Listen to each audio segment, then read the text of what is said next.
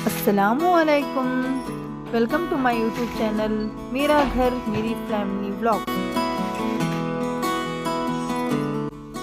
मेरे इस YouTube channel में मैं आपसे शेयर करूंगी मेरी इस फैमिली के कुछ खट्टे मीठे पलों को और कुछ कुकिंग रेसिपीज।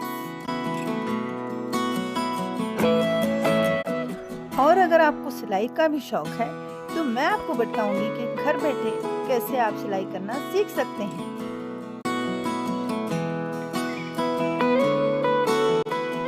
अगर आपको मेरा काम पसंद आता है तो आप मेरे इस चैनल को सब्सक्राइब करें, लाइक करें और शेयर करें। ये पकड़। हमारा जो घर है वो खेत खलियान और मैदानों के बीच में है। जा बकरी के पास जा। यहाँ बकरियों के झुंड अक्सर चरने को आते हैं क्योंकि यहाँ चारों तरफ हरियाली रहती। बरसातों में तो घुटने तक घास उग जाती। इस ऊंची घास में सिर्फ बकरियां किस नहीं आते, सांप बिच्छू भी आते रहते हैं।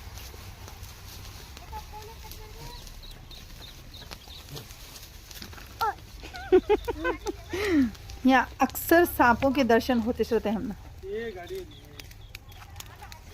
हमारे शौहर साहब घास साफ कर कर को जला को थक को जाते हैं। यहाँ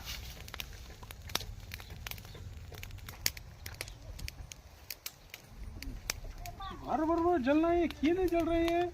अब हर वक्त ये काम होता रहता है। बरसातों में सांपों और मेंढकों की अच्छी खासी मीटिंग होती रहती इधर। तो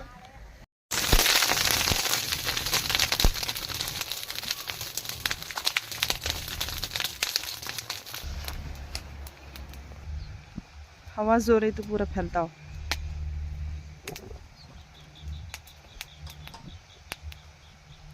एक पे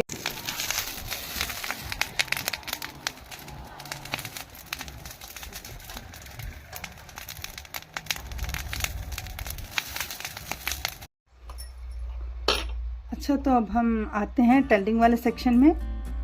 सिलाई के लिए ना, सिलाई सीखने के लिए ना, सबसे पहले हमारे पास ना मशीन का होना बहुत ज़रूरी है। तो मशीन का होना बहुत ज़रूरी है।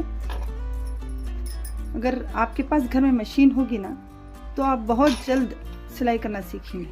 अलावा आपके पास टेप और टेप के बारे में मालूम होना बहुत ज़रूरी है। तो आज मैं आपको मशीन के बारे में और टेप के बारे में बताऊंगी।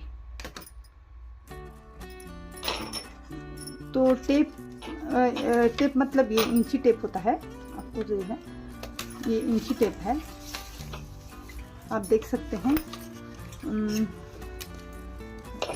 आप सबको तो मालूम ही होगा, अगर आपको मालूम नहीं है तो मैं आपको बता देती हूँ। अगर आपको मालूम नहीं है तो मैं बता देती हूँ। 100 सेंटीमीटर का 1 मीटर होता है। 100 सेंटीमीटर का 1 मीटर होता है। यहाँ देखो लिखे सो है, देखो यहाँ पर 90 और यहाँ पे 100।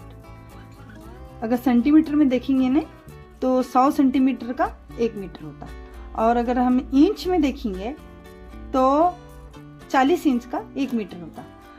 आमतौर पर नहीं, सेंटीमीटर में कपड़ा नापते हैं आमतौर पर। तो सेंटीमीटर में नापते 100 सेंटीमीटर का 1 मीटर होता है। तो आपको बेसिक के आपको मालूम हुआ कि टेप में सेंटीमीटर और इंच क्या होता है। अब हम मशीन के बारे में जानेंगे। मशीन में हमें सबसे पहले धागा पुरोना आना चाहिए। हम सबसे पहले यहाँ धागा डालेंगे, उसके बाद यहाँ, फिर यहाँ, फिर यहाँ, उसके बाद यहाँ, उसके बाद यहाँ। चलिए मैं आपको धागा पुरो कर दिखाती हूँ।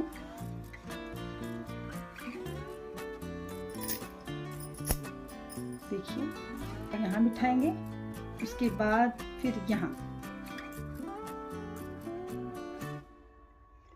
उसके बाद फिर यहाँ। देखिए इस तरह से इन दोनों पट्टियों के बीच में, उसके बाद फिर यहाँ यहाँ, और सबसे आखिर में सुई में।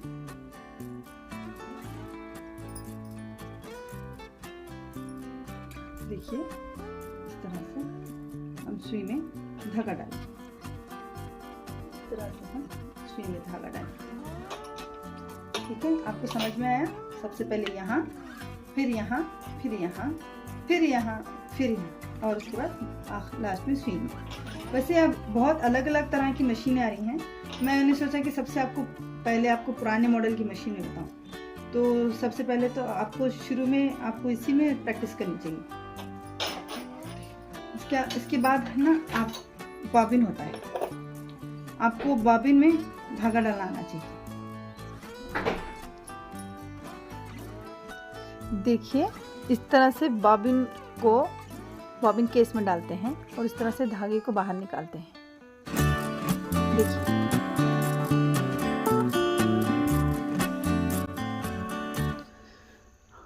और इधर नीचे आपको बॉबिन केस को अंदर की तरफ फंसाना है। इस तरह से अपने हाथ को इस तरह से नीचे ले जाइए और बॉबिन केस को इस तरह से फिट कर दीजिए। बिल्कुल ऐसे बिठा दीजिए। इसके बाद इस ऊपर वाली पट्टी को बंद कर दीजिए ऐसे। अब यहाँ साइड से देखिए, आप इस तरह से बाजू में इसके टायर को ऐसे पकड़िए और इसको इस तरह से धागे को पकड़ के खींच दीजिए, धागा बाहर आ जाएगा।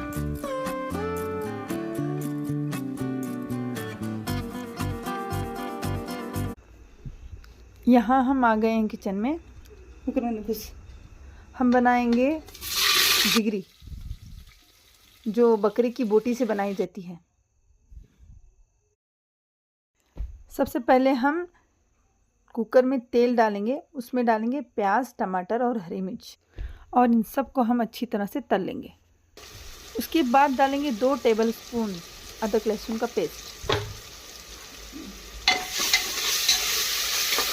जब प्याज अच्छी तरह से नरम हो जाए, उसके बाद अदरक लहसुन पेस्ट डालेंगे। अदरक लहसुन पेस्ट जब अच्छी तरह से फ्राई हो जाए और तेल छोड़ने लगे, तब हम डालेंगे हल्दी,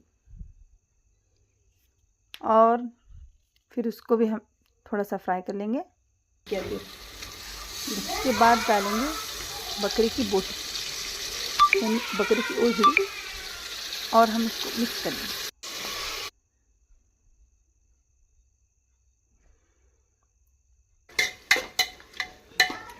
इसमें हम अपने स्वाद अनुसार नमक भी डाल लेंगे, अपनी पसंद के मुताबिक।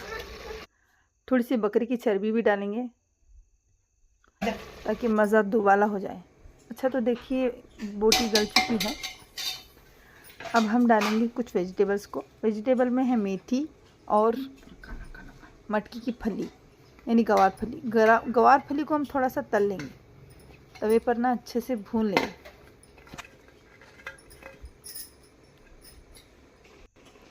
उसके बाद डालेंगे खट्टी भाजी, यानी अम्बाड़ी की भाजी और बैगन। उसके अलावा हम, अगर हमें पसंद हो तो आलू भी डाल सकते हैं और दूसरे वेजिटेबल भी डाल सकते हैं, बस अपनी अपनी पसंद के मुताबिक है। अब हम इसको अच्छी तरह से मिक्स कर लेंगे, थोड़ा सा इसको फ्राई कर लेंगे। उसके बाद हम प्रेशर कुकर से इसको गला लेंगे गोश्त के साथ। जब अच्छी तरह से गल जाएगा, तब हम ऊपर से डालेंगे कोतमीर और इसे मिक्स करेंगे। खाने के बाद हम जा रहे हैं जात्रे को, यानी मेले को। पहले तो मेले जात्रे कभी कभार आते थे, लेकिन अब किसी न किसी बहाने से जात्रे आती है। सैंडल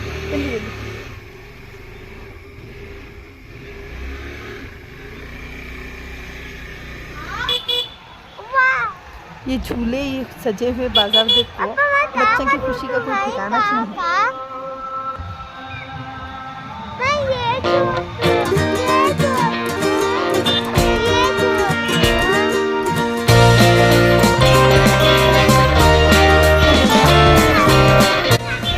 ये खाना वो खाना, ये दिला वो दिला, बच्चा का तो जाते ये शुरू हो जाता।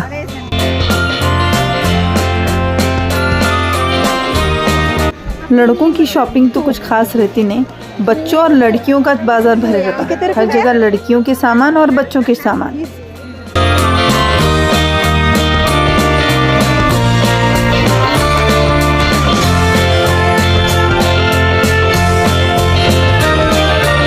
ये देखो भाई, अच्छे अच्छे ब्रांड के लिपस्टिक, काजल सब रास्ते पर मिल रहे हैं। मैं देख रही थी कि ओरिजिनल है कि नकली है।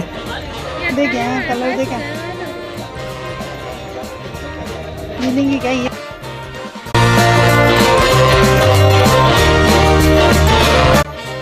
लो भाई, अब आ गए खिलौने के सेक्शन में। खिलौने के सेक्शन में तो मेरा बेटा मुझे पागल ही कर को छोड़ता।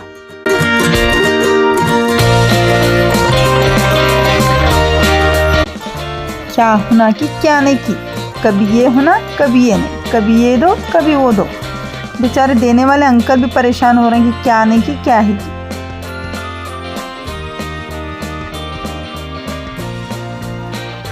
कभी ये होना कभी वो होना, किसी एक चीज पर मेरे बेटे का दिल रुकता नहीं।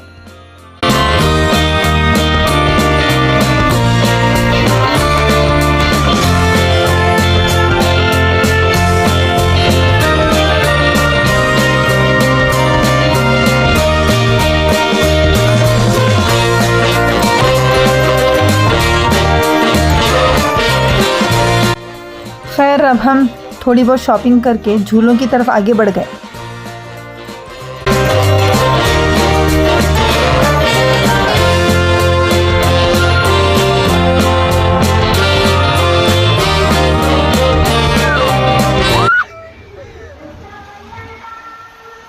बाप रे, ये ऊंचे ऊंचे झूले, मुझे नीचे से देख कुछ चक्कर आ रही थी।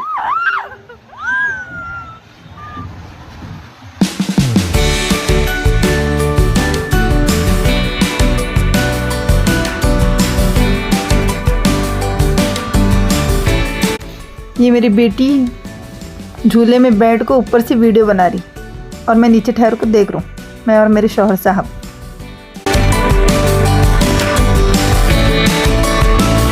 अब्बा बाबा, झूले को दूर से देख कुछ मुझे चक्कर आती। बचपन में क्या कि खूब बैठते थे, अब तो बिल्कुल मुझे बैठने नहीं होता झूले में।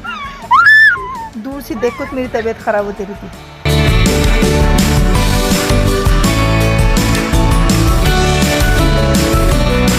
इंशाल्लाह फिर मिलेंगे नेक्स्ट ब्लॉग में। खुदा हाफिज़, अल्लाह हाफिज़, बाय।